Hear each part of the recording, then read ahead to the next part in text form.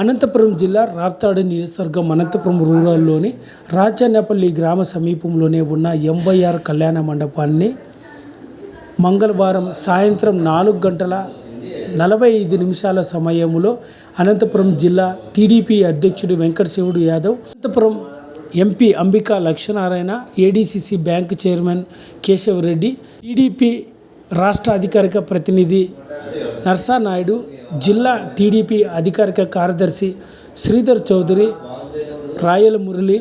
కురుబ సంఘం రాష్ట్ర సాధికారిక సమితి సభ్యుడు కురుబ నారాయణ స్వామి తదితరులంతా కూడా ఈ నెల 22న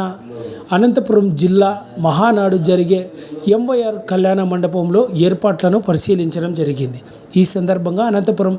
ఎంపీ అంబికా లక్ష్మీనారాయణ,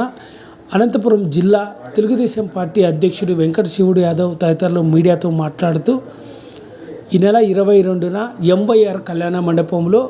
అనంతపురం జిల్లా తెలుగుదేశం పార్టీ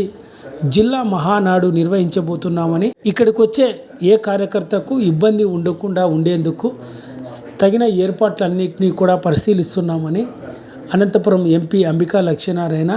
అనంతపురం జిల్లా టీడీపీ అధ్యక్షుడు వెంకటశివుడు యాదవ్ తదితరులు పేర్కొన్నారు.